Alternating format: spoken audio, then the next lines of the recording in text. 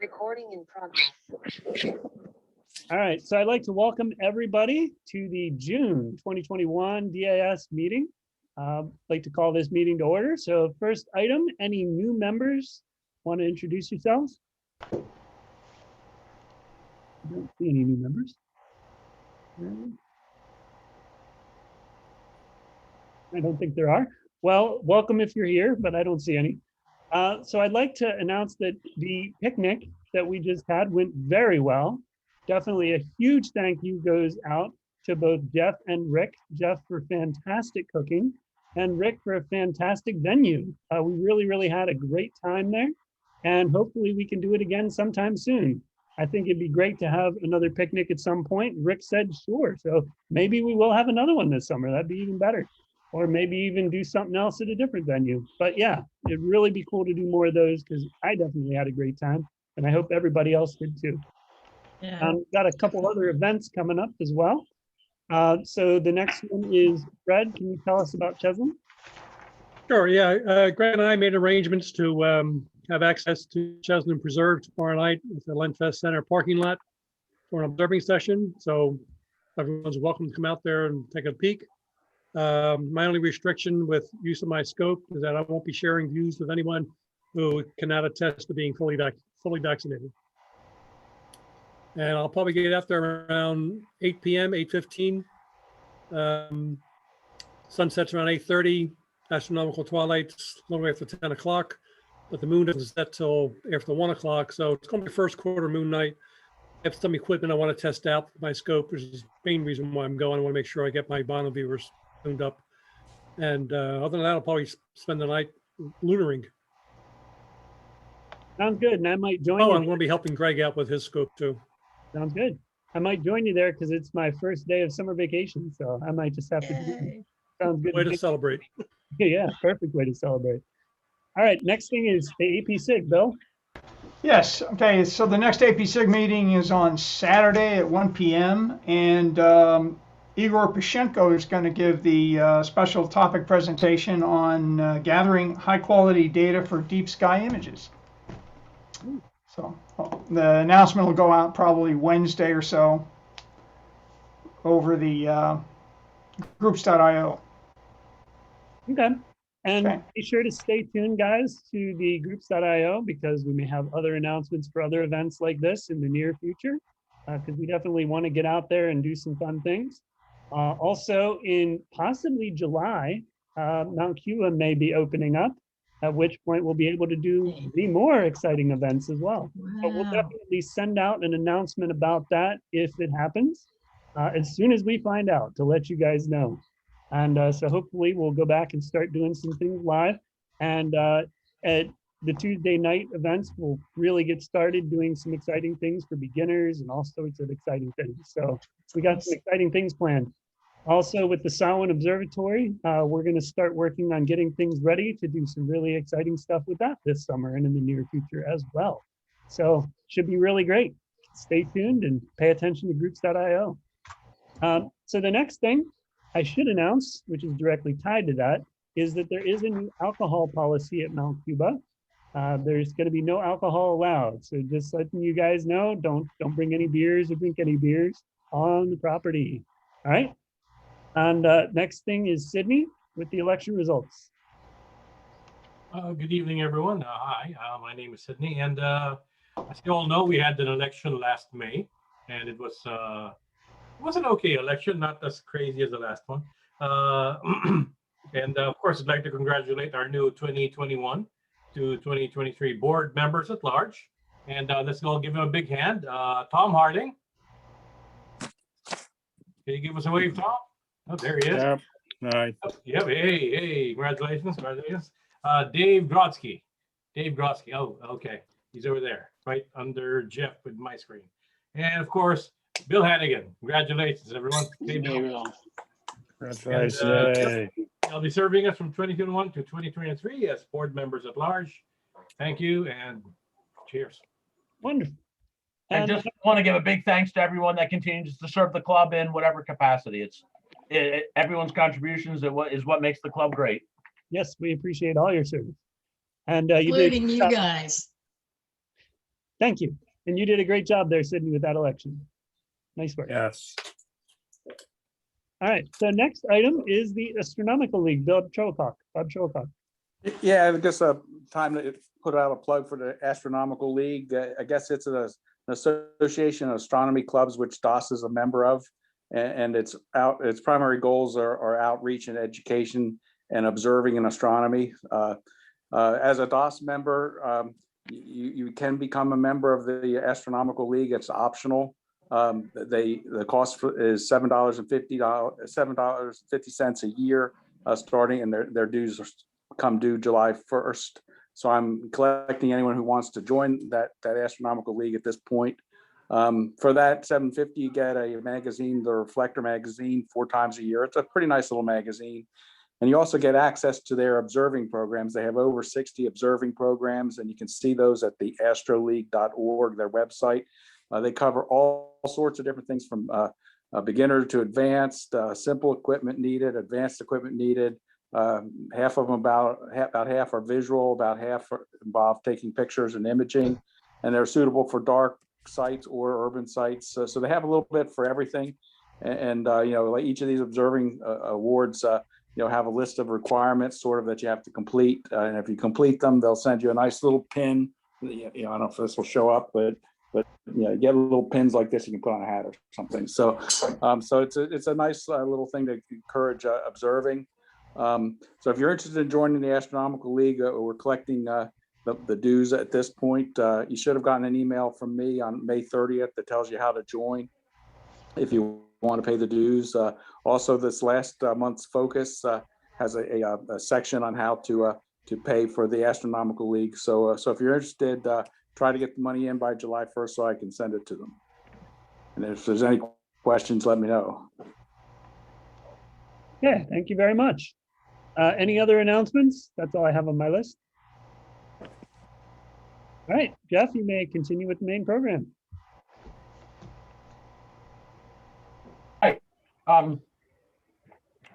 So in what will likely, or hopefully, whatever the adjective is, turn out to be maybe our final Zoom only meeting, because very, very likely that come September we'll be back at Mount Cuba, and we might consider some type of a hybrid situation where we're still holding the meetings in person, but might still be able to tie in Zoom anyhow. Maybe that'll be a little project over the summer to sort out if we can do that. But nonetheless, I'm sure we all would look forward to those nice chairs in the lecture room at Mount Cuba.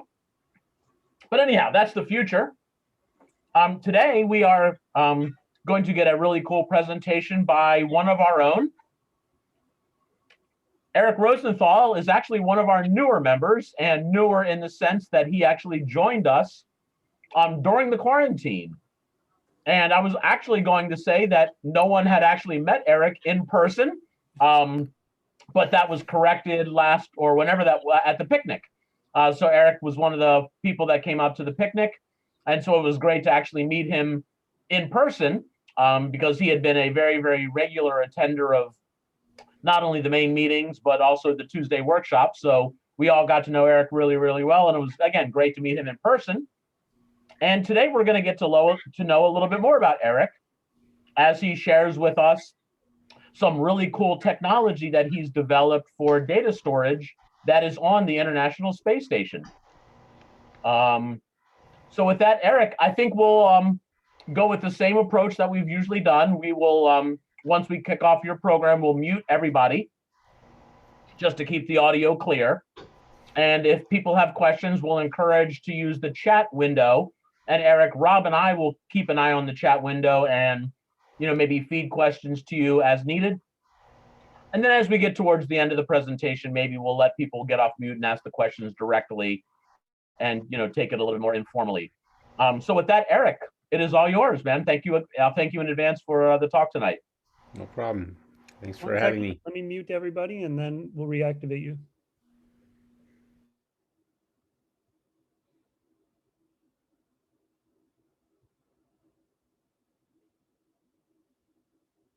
Where'd he go? There he is.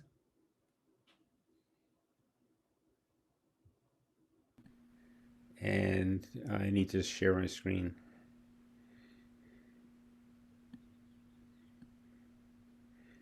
Okay. This. You see that? Yes, I do. Okay, so now let's see if I can figure this out.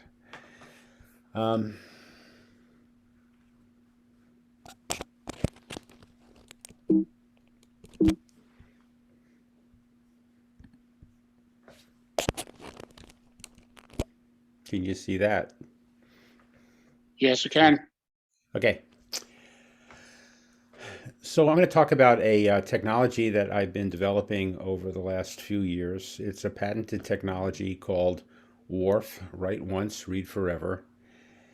And it was developed by me and my team to figure out a way of storing data in perpetuity. Right now, we have stored data using a lot of different means: CDs, digital tapes, hard disks, VCRs, CDs, and none of those technologies actually store data for a very long period of time. They kind of sort of taper out after about 10 years. You might have experienced some of these failures yourself. There's lots of problems with some of the media that we customarily store data on. And if it isn't the media that's a problem, it's the players that are the problem. For instance, how many of you have 8-inch floppy drives, or even 5-inch floppy drives, or beta tapes, or beta drives, SCSI drives? You might have a SCSI drive, but you might not have a wide SCSI port anymore. So what we tried to do is develop a technology that solves this problem and solves additional problems as well. A lot of these technologies that we're using to store data today are vulnerable to space hazards, radiation, and solar activity that destroys data routinely in space. So we developed a technology that is non-alterable, it's non-degradable, uses very low energy, meaning that when you're not using it, it can just sit in the drawer without any power for a century. And because it's write once, it's not hackable, it's not erasable, it's not rewritable, and you can't forge it. So what we tested on the International Space Station was its resistance to hostile space environmental hazards. The way the technology works is and I'll explain this more in depth soon, is that we superimpose multiple colors at each wavelength is at a different, multiple colors and wavelengths at the same storage location. And that the media that we've developed actually allows you to store multiple wavelengths at one location. And because we can store multiple wavelengths, we can store not only ones and zeros, but we can store up to 4 or even 5 wavelengths at one location, which means that we can go beyond binary. And using permutations, we can actually get a very, very high density of data at each storage location. We can actually store multiple data bytes at one location. You can retrieve data for centuries without continual energy inputs, and does not require periodic replication. Right now, we're storing in the cloud. You're storing most of your data on hard drives. And within a period of 3 years, that data has to be totally re-recorded onto new hard drives because the drives just don't last that long.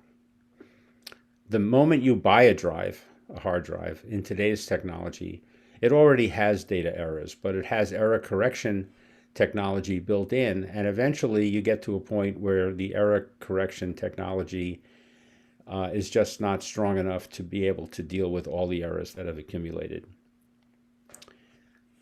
The other thing that we developed is a technology that is human readable, meaning that if you looked at a hard drive, you can't see the data. You can't see whether there's even data on there.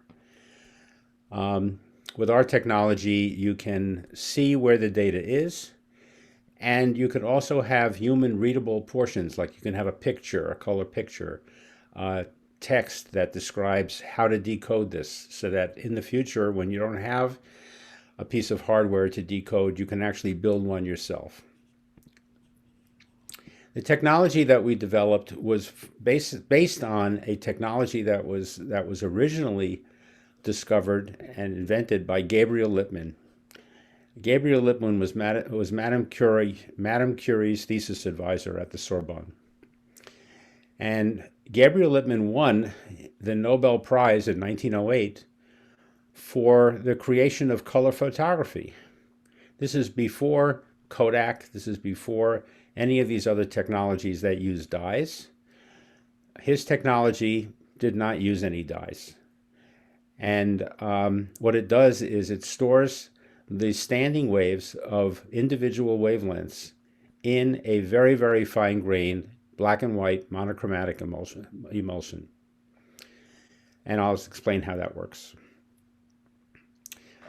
Can you see this cursor? I can't see anybody, so you have to tell me whether you can see it or not. Yes. Okay, great. So let's suppose you had a camera, and this is the lens, and the lens is basically focusing an image onto this area here, which is an emulsion, and this emulsion is about 2 microns to 4 microns thick.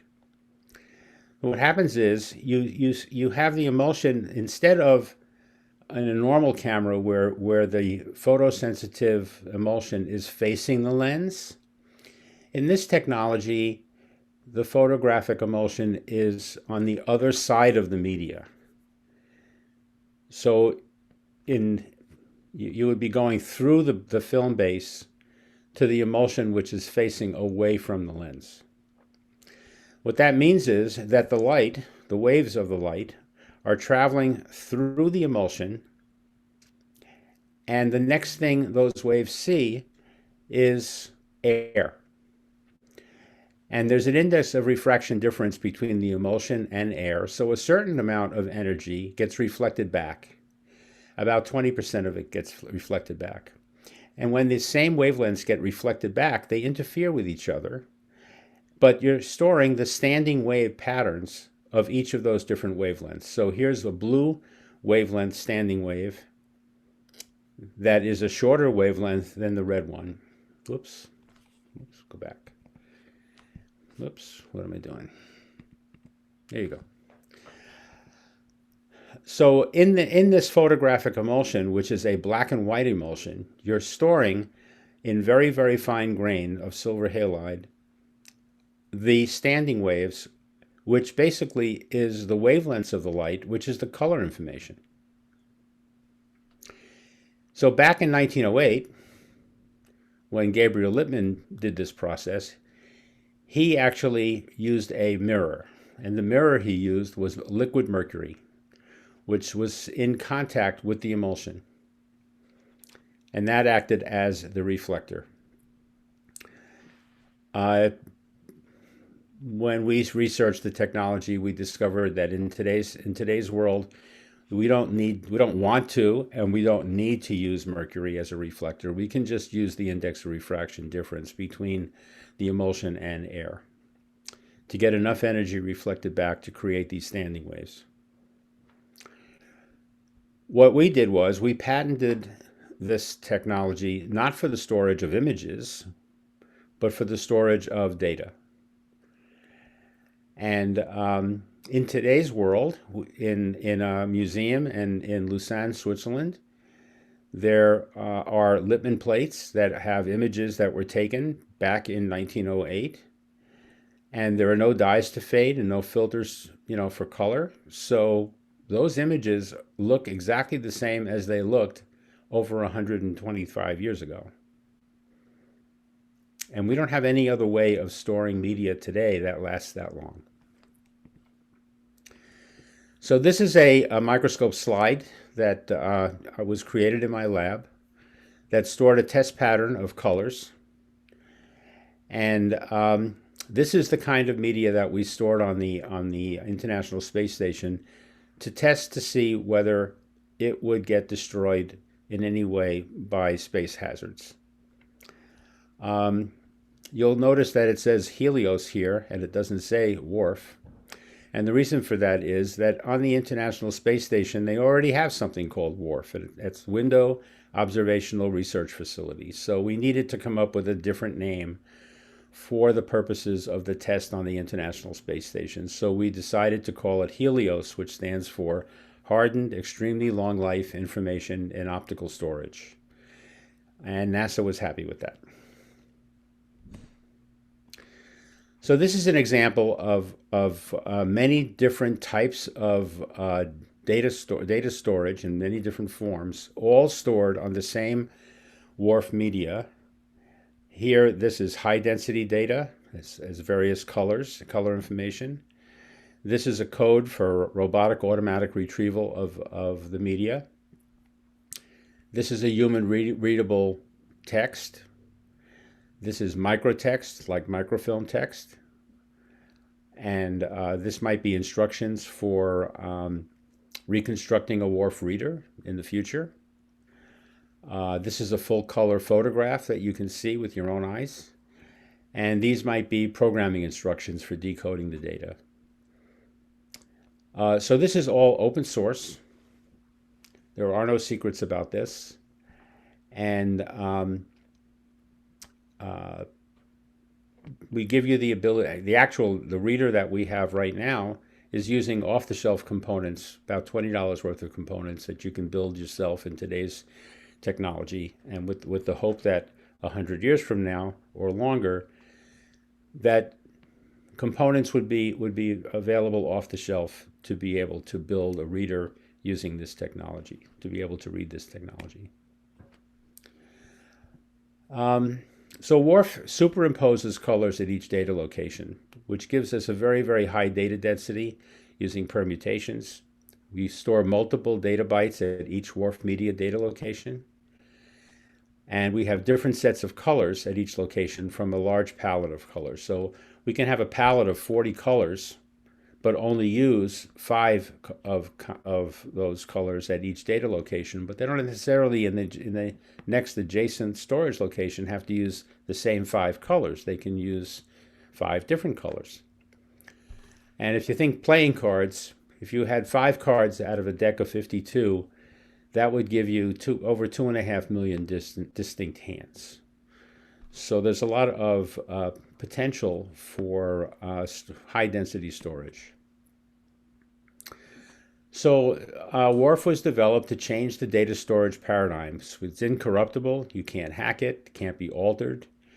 It has very high data density beyond binary. And it's an archival media never requiring recopying. As it stands right now with current technology, like a Google server or a Amazon server, as you scale it up, it becomes almost unsustainable.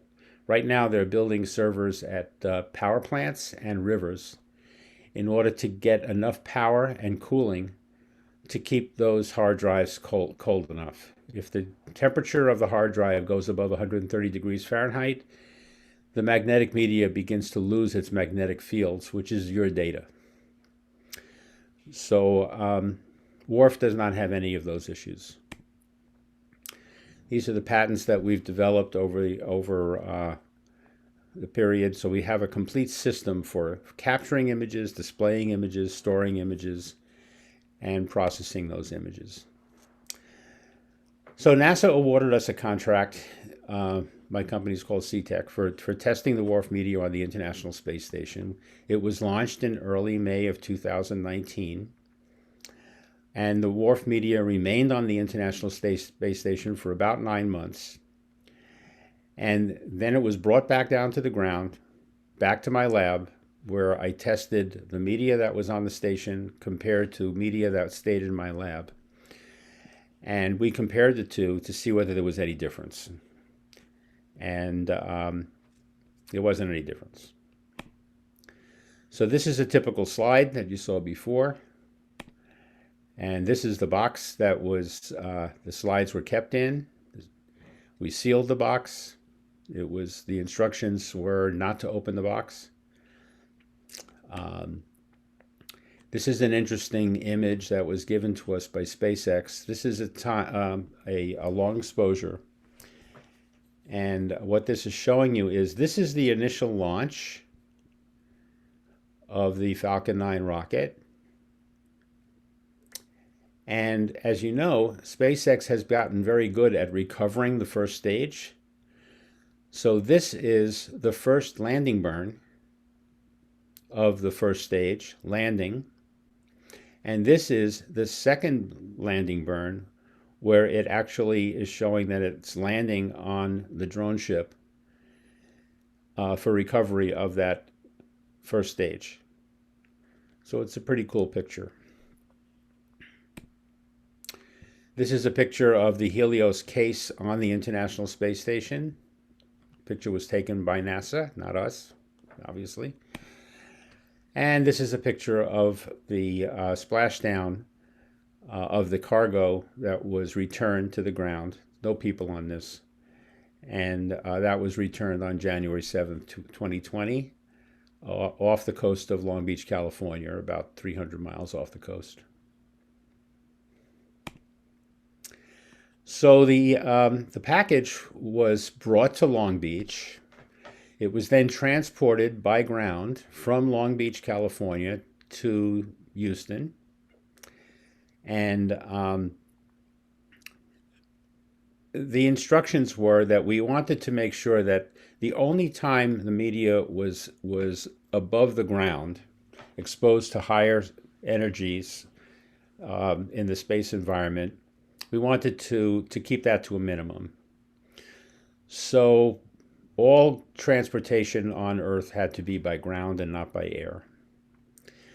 So it was transported by ground from Long Beach, California to Houston. I then took a train, actually, from Wilmington, Delaware to New Orleans, and then I drove from New Orleans to Houston. I picked up the package, drove back to New Orleans, and got on a train, Amtrak train, back to Wilmington, and brought the package to my lab in Landenberg, Pennsylvania, for analysis.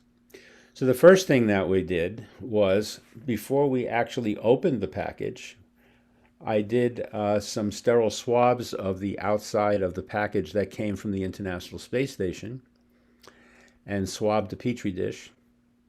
And I did the same for another Petri dish that was where I swabbed the case that stayed in my lab for the same 9-month period. So as it turns out, the swabbing of the outside case of the Helios package that was on the International Space Station showed no signs of bacterial growth whatsoever. I had sterilized it before it went up, and it seemed to be just as sterile when it got brought down. This is the swabbing of the case that was in my lab for 9 months, and you can see that there was bacterial growth of the case that stayed in my lab. So we just wanted to make sure that we weren't exposing ourselves to things that were isolated from the International Space Station. So the case was clean, at which point we opened it up. The testing that we did, we had to basically do spectroscopic analysis of the data that was stored on the plates, the Worf media, and compare it with the plates that went up to the station. So this was a process. We had 300 slides, and it was a painstaking process to be able to find the exact same spot of the slides that we captured before it went up to the station, and the same spot on the slides when it came back from the station. So I built, using a 3D printer, I built a rig that held the slide and wrote some software that allowed the spectroscopic probe to analyze the exact same spot of these 300 slides before they went up to the station and after they came back from the station, as well as the 300 slides that were stayed on the ground. So we're trying to keep the variability down to a minimum. This is a G-code program that I wrote in order to be able to send that 3D printer to the right locations over and over again, and allow us to take measurements, spectroscopic measurements at each of those locations. This is a little functional test, functional diagram showing our test setup. And we have a computer that runs the robotic positioner. And that computer also runs something called LoggerPro, which is a program from Vernier that is a spectroscopic software. We had a Vernier Spectrovis spectrometer, which was attached using a Badger bifurcated fiber, where one side of the fiber was looking at the media and the other side of the fiber was illuminated by an Adafruit Dotstar Trinket, which is a programmable LED light source. So over the same bifurcated fiber, we were able to illuminate and detect the wavelength energy reflected off of the plate. This is what a Dotstar Trinket looks like. This is the actual LED. So the fiber was actually coupled to this. This is a 3D printed case. The fiber goes in this hole and mates to the light coming off of the trinket. And this is a little program that we wrote to just basically allow us to adjust the levels of red, green, and blue so that they would be relatively the same level. And this is a measurement of the levels coming off of the Dotstar Trinket on our spectral analysis display. This is a chart showing spectra. This is blue, this is red. The blue graph is representative of the slides that were on the International Space Station, and the red is representative of the spectra coming off of the slides that were on the ground. And you can see that they're pretty much the same. This energy here is basically an artifact of the way we were doing the measurement. Actually, there's really, the baseline is much lower than that. So, in order to also understand how much radiation we were exposing the plates to, NASA supplied us with radiation monitors. And one radiation monitor went up to the station in the box. The other radiation monitor stayed in the box that stayed in my lab. And a third radiation monitor stayed at NASA in Houston in order to act as a control. And these are the results of how much exposure each of those radiation monitors had. So this is basically milligrays for the whole mission and micrograys per day. And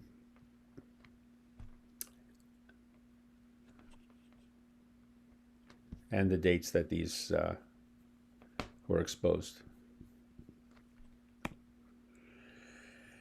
So the next steps for NASA is that NASA is interested in testing this technology again on the International Space Station, but this time we want to use actual data. Now the reason we did not use actual data for the first time is that it would be much easier to understand whether there's any degradation of the media using test patterns.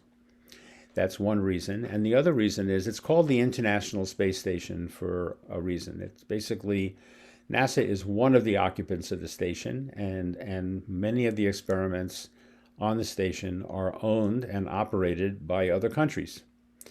So when you send data to the International Space Station, the Justice Department has to give you ITAR clearance for that data. And for these initial experiments, we did not want to have to go through that process. So we just sent test patterns up there for this test.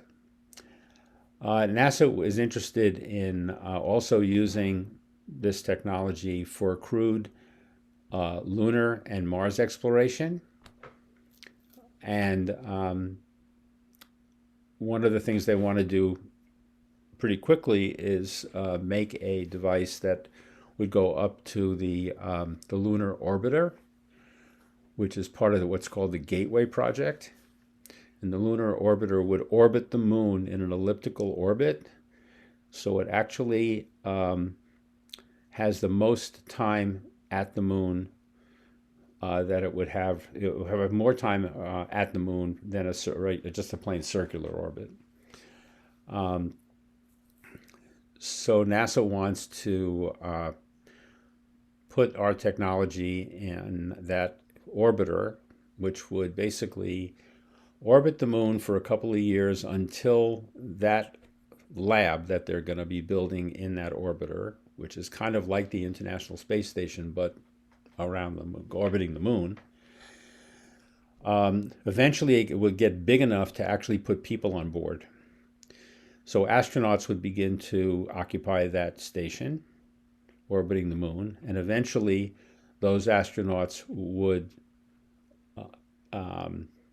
have a way to get to the surface of the moon to occupy a station that would be built on the surface of the moon. I don't know the details of that. It changes every day. But the Artemis program basically is being developed for that purpose. So there were additional applications for Worf for space applications. One is long-term storage of data for astronomical extended term analysis. So a lot of the things that, the universe has existed for a very long period of time. And if you wanted to understand, for instance, how long the sun is going to live, back in the beginning of the 1900s, Carnegie funded in perpetuity a program at Mount Wilson in Pasadena that where they built solar telescopes, where every day at noon a picture was taken on an 8x10 photographic plate. And that was supposed to be done in perpetuity. The reason was that if you did that for a few thousand years, you would begin to have enough data to understand how long the sun would live. Over time, the technology improved, and they started taking these pictures digitally and animating these pictures, and they discovered that the moon that the sun has magnetic fields that rotate. During the solar maximums, the magnetic fields begin to flip, and then begin to flip back. And this is what the activity that creates a lot of the solar activity that occurs every 12-year cycle.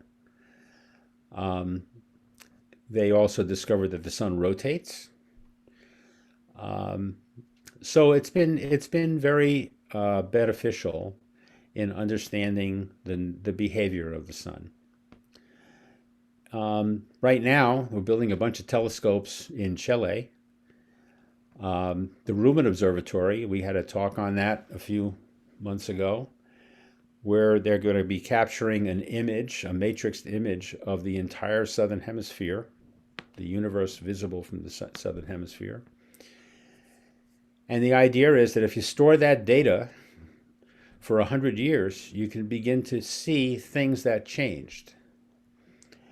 But you can't do that by storing data for a short period of time. You have to store data for a long period of time. And one of the problems is they'd be generating terabytes of data a day or at night, one night. And getting those terabytes of data to a Google server from Chile is a challenge. And then having Google guarantee that they'd be able to keep that data intact for 100 years is another challenge. So having the ability to store this data in perpetuity locally is something that they're very interested in, because that satisfies their long-term mission. So you're talking about storing solar data, space weather, whatever the Rubin Observatory captures. They're building a giant radio telescope in Australia in order to be able to capture radio telescope information from the universe and storing that for long periods of time. So there are other applications for Worf that they're interested in pursuing. So we're beginning to work with the National Science Foundation on a project that would allow us to begin testing Worf in those applications. There are so Worf is impervious to electromagnetic pulse, solar flares, other space radiation hazards, which can currently corrupt magnetic or solid state memories. When NASA captures images from Mars, those images are sent to a satellite orbiting Mars, and they have to be forwarded immediately to a ground station on Earth in order to be able to reduce the amount of time that data exists in space, because the longer the data exists in space, the more data errors will occur because of space radiation hazards. Whenever a cargo ship is sent over to the International Space Station, they replace all the computers. And they also replace a lot of the cameras, because the sensors in the cameras have been affected by space radiation. The computers don't work that long because of the damage that occurs to them because of space radiation. So other applications for Worf are autonomous vehicles. Right now, we've got cars that are autonomous. We have cars that even are not autonomous cars that are on the internet. They're vulnerable to outside attack. The firmware in a car is actually more complicated than the firmware that runs a jet plane. And part of the reason for that is that car companies are not computer manufacturers. So they buy computer technology from each of the little systems that get put into the car. And they buy them from other parties. And all these systems talk on something called a CAN bus, which basically is open ASCII text over a fairly low speed network. So the technology in cars is very vulnerable to attack. So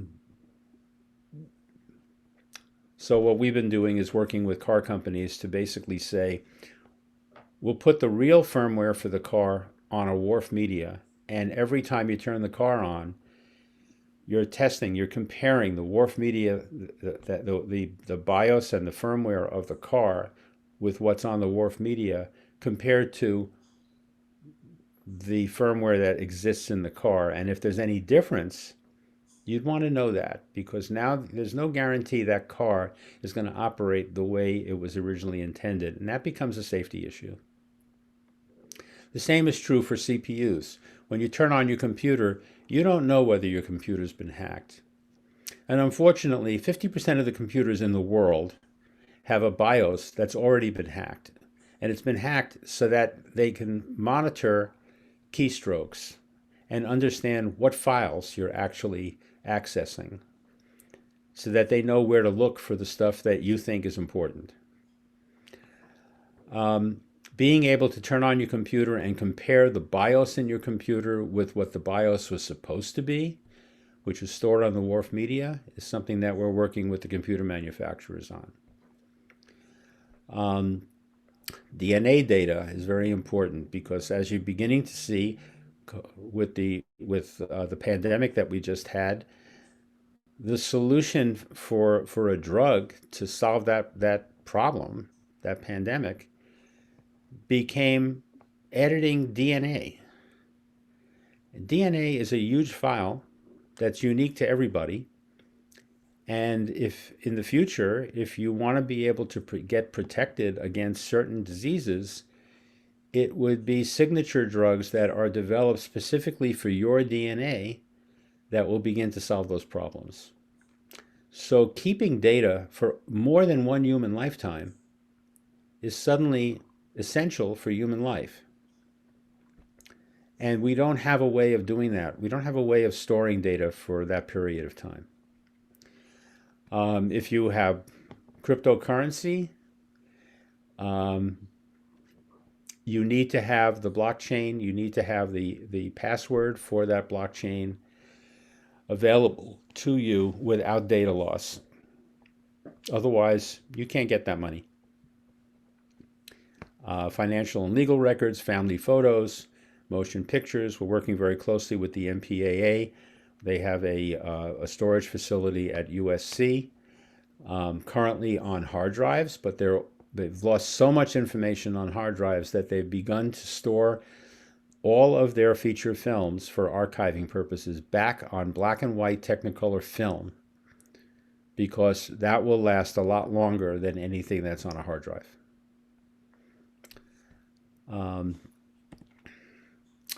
So that's my story.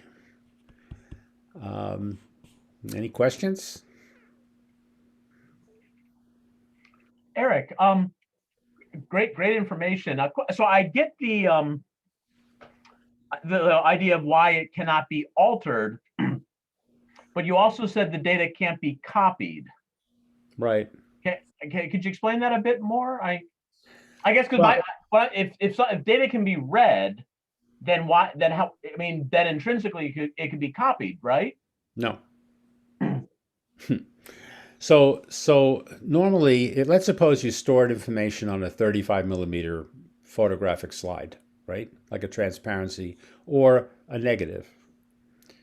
You would basically take a piece of photosensitive media and you would sandwich the two together, feed light through it, and you'd get a copy.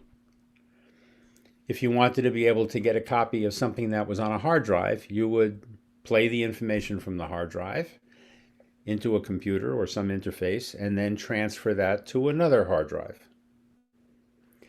With our media, you have to expose that emulsion once. It's a photographic emulsion. You have to expose it to the colors that you're storing at each data location. And then you have to process that film as if it's a photographic medium. So it has to be processed in a developer. It has to be processed in a bleach and then in a fixer in order to be able to read it in the first place. What you're looking at is a slide that's actually transparent. When you bring it up to the light, you don't see any colors. You only see colors when you reflect light at the normal from it, so that all of those standing waves are in line. And then those standing waves act as reflectors. It's the exact opposite of a dichroic filter. A dichroic filter is a band pass filter. There's something called a Rougate filter, which is the same type of technology, but it's a band reject filter. So what we're developing is a rejection of wavelengths at a given location. So the light reflects back off of it. So there's no way that you can actually, that we have figured out, that you could actually make a copy of that data unless you recover it with one of our readers and reconstitute it and write it onto another piece of media. But you can't copy it by just having the media. You have to have the equipment to copy it. Okay, right. But I mean, maybe it's just maybe it's a little bit of semantics, but wouldn't the same be held? Like, you could argue that I can't copy a file on a 3.5-inch floppy drive unless I have a 3.5-inch floppy reader. Right. But I get what you're saying. Okay. So we have another form of the technology that does not require chemical processing, and I mention that because it's hard to chemically process something in no gravity, because these liquids might float around all over the place. So we're working on two things. One is a liquid technology that is sandwiched like a Polaroid film was sandwiched, where the media is put through rollers, and that sort of releases the developer and the bleach in order to process the media in space, so that liquids aren't floating around all over the place.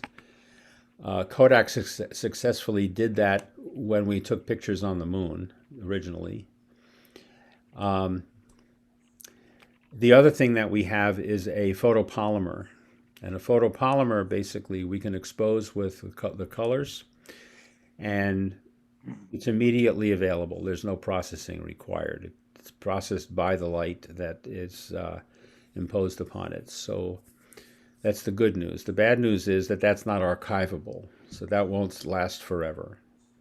But it might last long enough, and in our tests so far, they've lasted about 5 years. And that's very low cost, and even simpler to process than the liquid processing. I had a question. Yeah. And you probably already said this, and I apologize for missing it. What's the story? First of all, what kind of, you can write any kind of data on this, right? Like anything you could write in magnetic storage? Yes. And what's the data? Including the actual pictures and the actual words, rather than converting them to data, you can actually store images. Right, but you don't have to store them as images. You can store high density data, I assume. Right. Yeah. And that was my question. Maybe you mentioned this already, but I don't even know what the right question is. Is it the number of gigabytes per square centimeter, or how do you define? So at USC, where we're storing the MPAA archives, they asked us to if we could store it on 4x5 glass plates. That's what they wanted to store it on. So we did some calculations and showed that we can store about 6 terabytes on a 4x5 glass plate. And you can also store it in layers. So you could actually get layers of 6 terabytes on a glass. So 6 terabytes in a 4x5 on a 4x5 glass plate. That's 4x5 inches. Yeah. Right. And I'm sorry. And the reader technology is a simple technology or complicated? It sounds complicated. No, it's not complicated. It's basically you have LED diode lasers that are at each of the wavelengths that you have that you stored, and you turn them on and illuminate the entire plate with each of those wavelengths sequentially. You look at the plate with a black and white imager, and you create black and white image layers of each of those colors, and you store those in a like an NVIDIA GPU, and process them in parallel. Okay. And then I guess my final question is, most of us, or many of us, have cassette tapes down in the basement, and they'd be awesome if we had cassette players, but we don't, because I don't know where they are. Even though the media here is basically immutable, permanent, radiation hardened, you still, I mean, could there not be sort of version creep and technology creep, just as there's happened with 8 tracks, and we all know the story. The difference is that when you store information on your hard drive, you don't know what algorithms or what processes they've used to store that data on your hard drive. You must have the technology that the manufacturer has developed. You must use that technology to recover that data. Yeah, okay. Because the raw data that's on the media is not unknown to you, no matter what the media is. Whereas our technology is completely open source. There's no secret into how we are processing that media, processing that data, storing it on the media, and how to recover it. We're giving you all that information, and that information can actually be printed right on the media so that you can read it with your own eyes. Yeah, really interesting stuff. Just fantastic talk. And the idea is that we want technology to be used and people to be able to understand how to recover their data 100, 500, 1,000 years from now.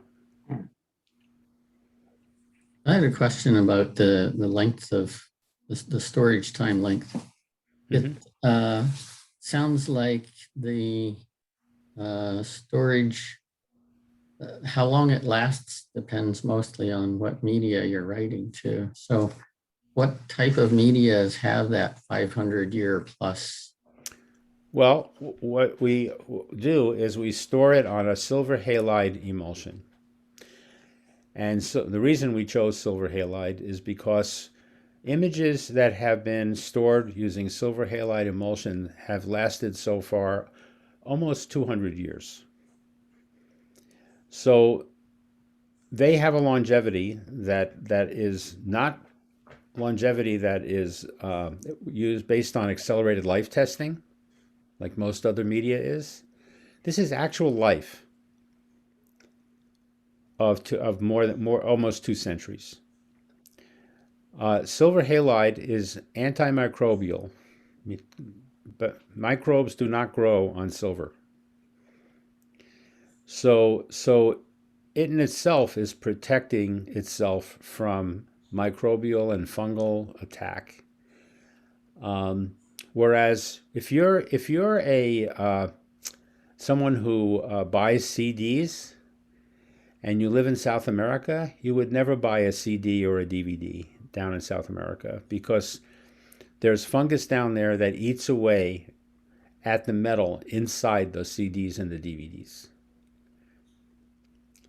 So it's not a technology that you would ever use for storage. The silver halide is impervious to all of that.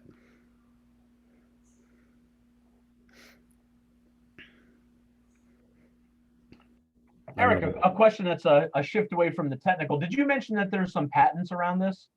Yeah. Okay, cool. But you also mentioned it's open source. Could you kind of talk about that duality? Well, just because we have patents doesn't mean that we can't tell everybody. As a matter of fact, when you have a patent, you have to tell everybody. When you have a patent, what you're doing is you're teaching everybody on the planet how to do your technology.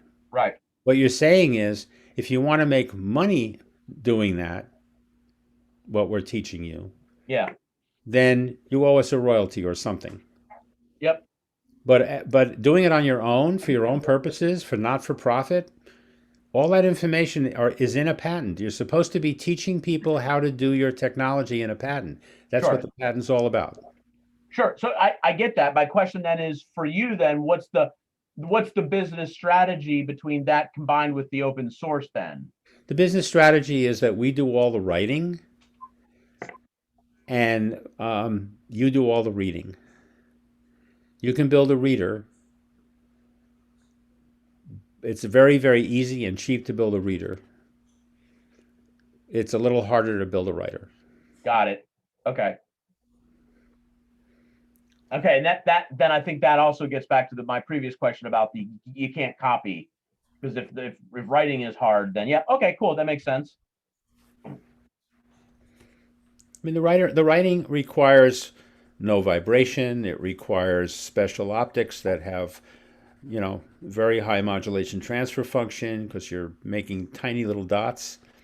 And it requires parallel processing, which we can do with an NVIDIA engine. Right now we're using the Jetson Nano as a real-time processor for reading the information. But we're also reading 1 million storage locations at one time for each color. So what we're capturing is a million data bytes for one color at one time. and there might be 4 or 5 colors for each of those data to actually understand what those data byte values are. So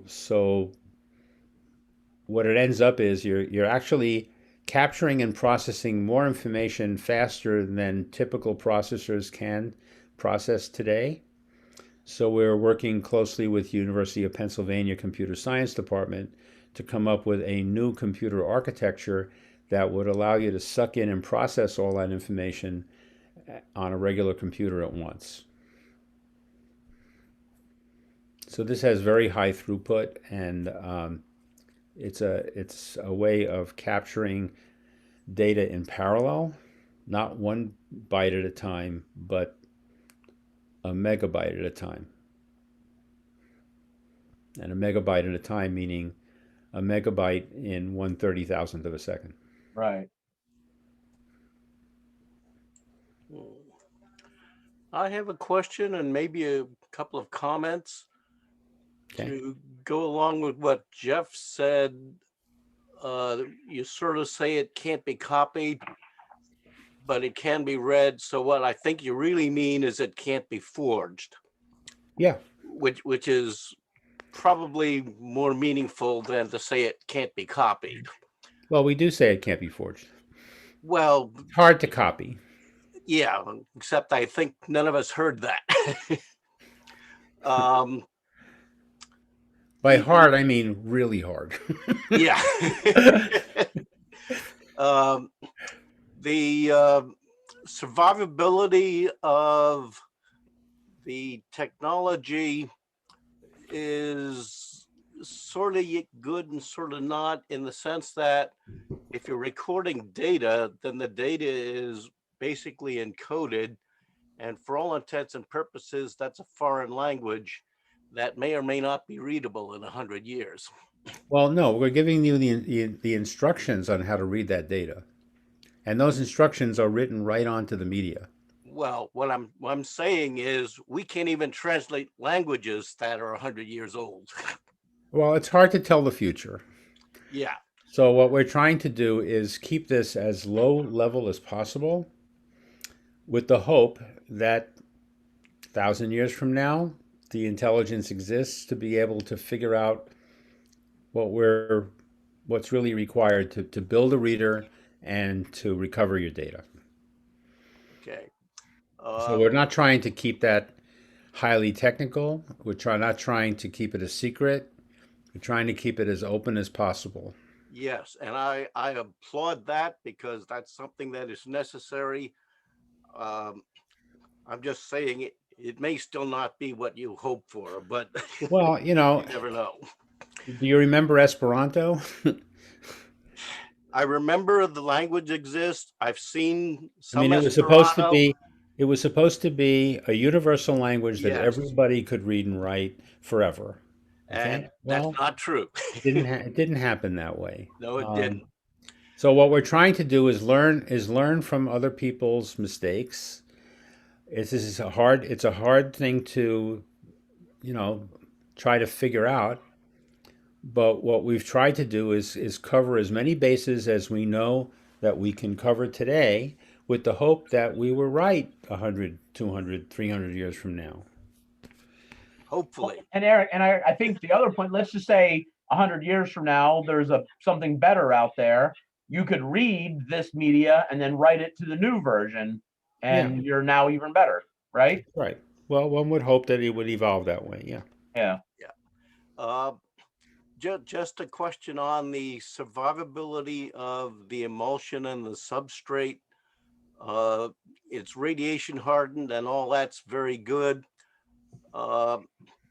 You had a laboratory sample in a case which grew bacteria and mold on it. If in fact the medium is not stored inside of such a case and there is growth of something on it, what's the reliability of reading with whatever technology we've got? Well, the media is basically a photographic emulsion, and a photographic emulsion is basically known chemistry. So it's fundamentally silver halide based. with a gelatin that used to be egg emulsion, but it's not egg emulsion anymore. So now that the gelatin, when it hardens, is extremely hard. It's one of the hardest materials known. And it's because it's silver halide based, it's not vulnerable to fungal or bacterial attack. So we've basically I'm trying to remember the guy's name. There's a guy that basically works with Rochester Institute of Technology and Kodak and a bunch of other companies that make photographic media. Epson, he works closely with Epson,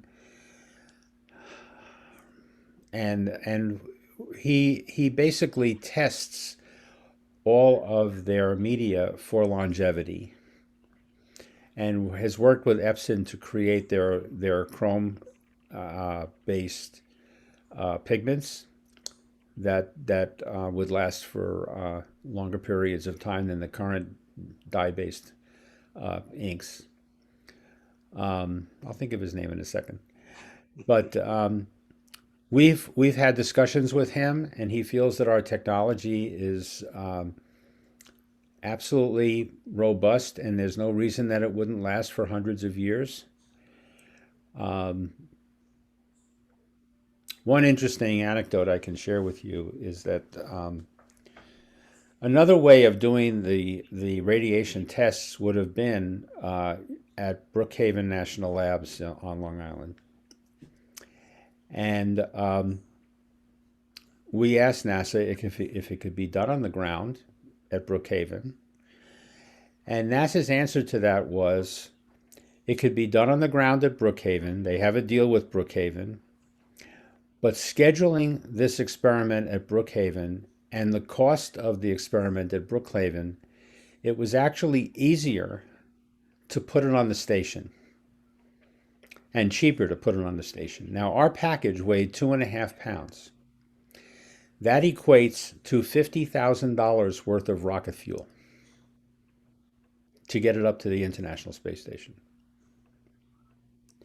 So that was cheaper and easier for NASA to do than actually sending our media to Long Island and have it tested for equivalent space radiation by Brookhaven National Labs.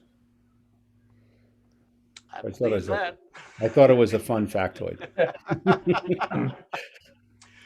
Eric, I've got a couple of comments, just that science fiction has been trying to solve this problem for a while.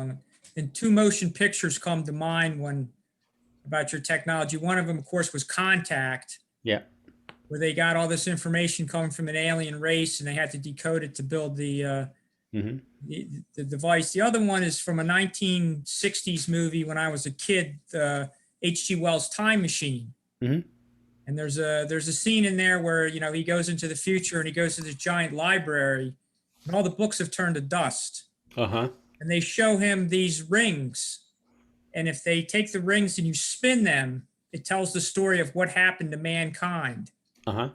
And so I'm just, when I see this technology here, it's like you have basically sort of the similar thing here that you could put a reader, all this information, and then how to build a reader to extract this information. Right.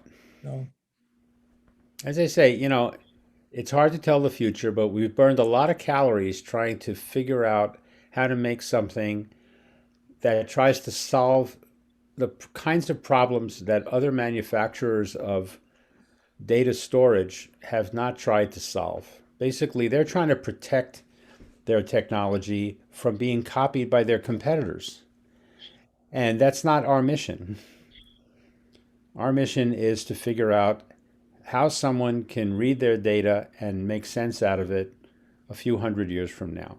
So do you feel that if you put the emulsion on glass, that's the most one way of doing it? You can put it on polycarbonate, but polycarb as a chemist, I mean that could deteriorate over time. That's what I was just going to say. When we looked into it, there's enough forms of glass that we know have longevity, Right. And so what we've done is we've made it on glass. We can make it flexible. We have used Ectar base. We can read and write to that media, but it's, you know, we kind of feel as though it's not going to last as long. The base is not going to last as long. So our the people who we've been working with, basically Library of Congress, National Archives, the MPAA, USC Archives, they're perfectly fine with glass.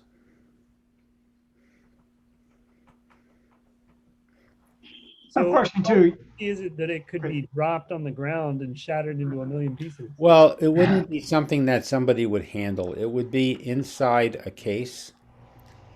And you could have a machine that basically extracts the media from the case, but if you wanted to actually physically see the media, you could.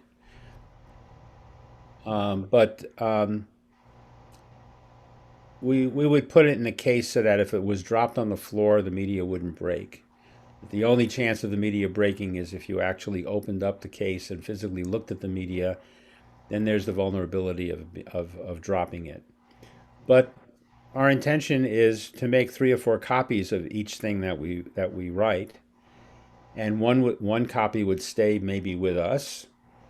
Another copy would go to the customer. Another copy might go to another location that the customer feels is a safe location. We don't really know.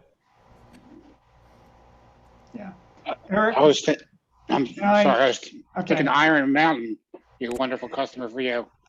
Yeah, unfortunately, it's very difficult to talk to Iron Mountain. Yeah. Oh, Question. So you can store 6 terabytes on a 4x5 glass plate. How quickly can you process that? Well, obviously, it takes longer to write it than it does to read it. Okay, now how long does it take it from after you write it to actually develop the emulsion and stabilize it and put it in storage?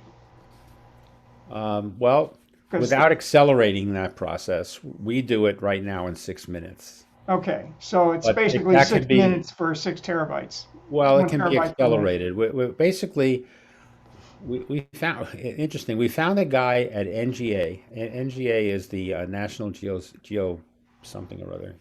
Geospatial. Basically, these are the people that take pictures of every place on Earth except the U.S. for surveillance purposes. And they were the ones that helped Kodak make a way of processing film in space on the moon missions back in the 70s. And so they were successful at doing that.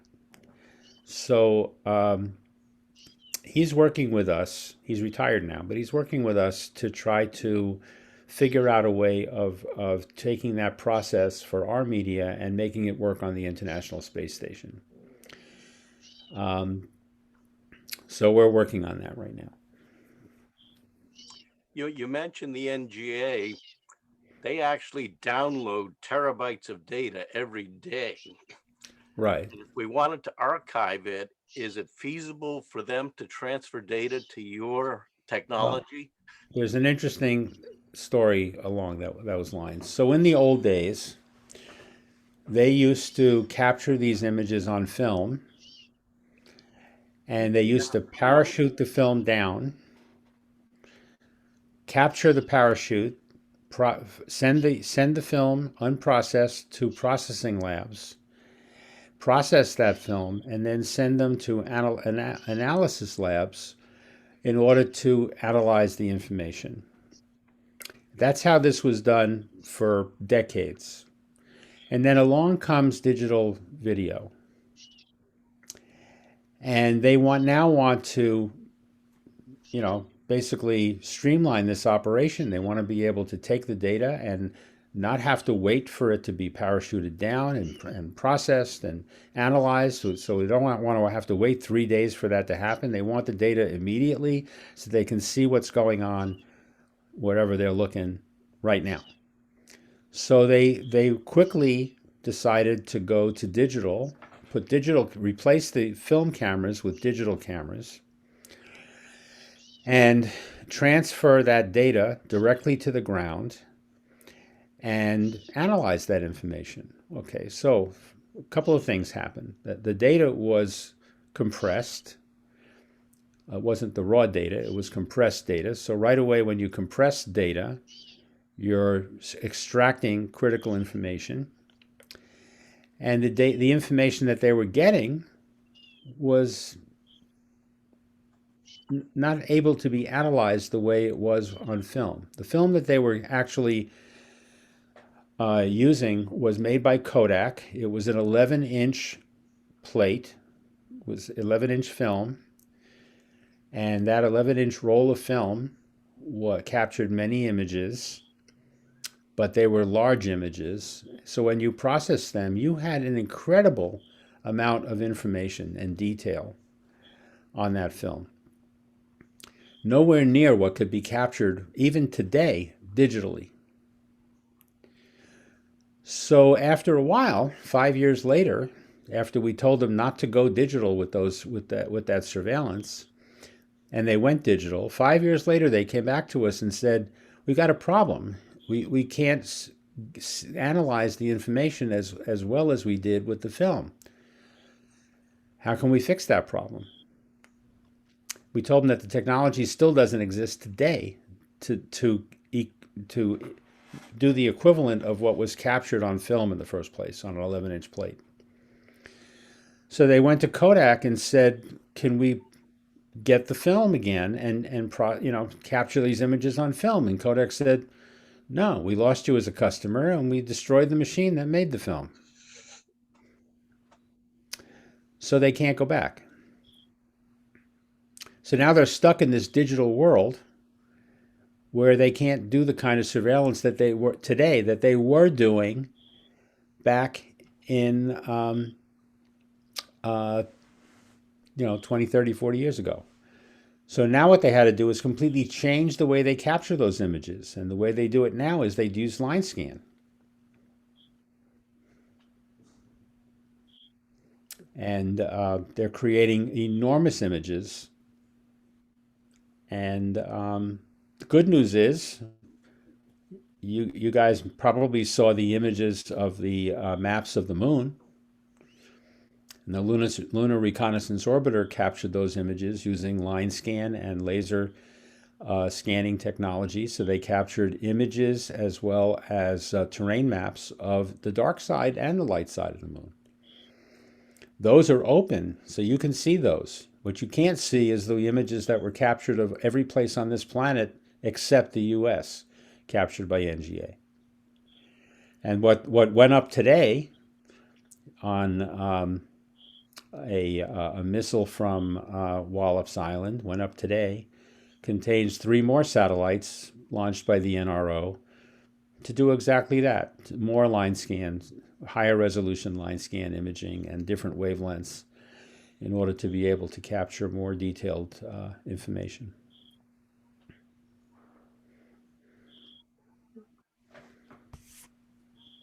By the way, that launch was visible from here in Delaware. I did see it go up. I looked for it and I couldn't see it. I saw it go. I saw the contrail go up. Really? Good for you. I looked. I was on the 3rd floor. My office is on the 3rd floor. My lab's down on the 1st, and I got a good view of the south. So was it close to the horizon? No, it went. I was surprised. It went almost vertical. Really? I looked. I couldn't see it. Yep.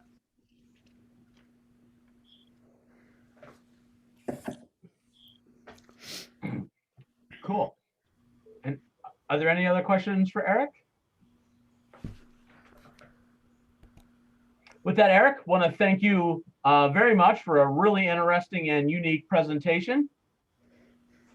Again, I try to find a good variety of talks, and I'm pretty sure we, maybe in the, I don't know, 40, 50, what I mean, gosh, I lost track of 70-year history of the DAS. I don't think we've had anything quite like that, so that was cool.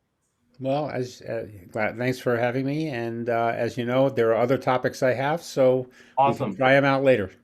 Awesome. Thanks very much. Come back anytime. Yeah. So yeah, and again, I'm sorry, man, my memory's been just no good at all today. Eric, no issue with us putting this talk up on the YouTube channel? No issue. Cool, thank you. So yeah, that concludes our program for tonight. Just a final reminder to everybody, we will take a break in both hosting a formal meeting and a focus publication for July and August, but we will pick back up again in September with our usual, what did I do this summer?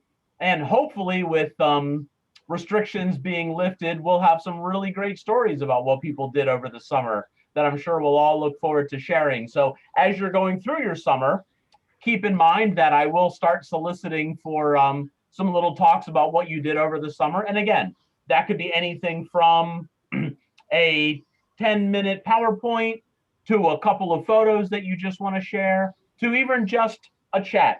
If you don't feel overwhelmed or don't feel scared off by any technology, if you just want to tell us a story, we'd be happy to hear it. So come, I don't know, sometime as we get close to the September meeting, I'll be reaching out for that. But of course, the other reminder is we will continue with our Tuesday night, I guess we'll continue to call it workshops. They will continue to be over Zoom, but maybe not for much longer.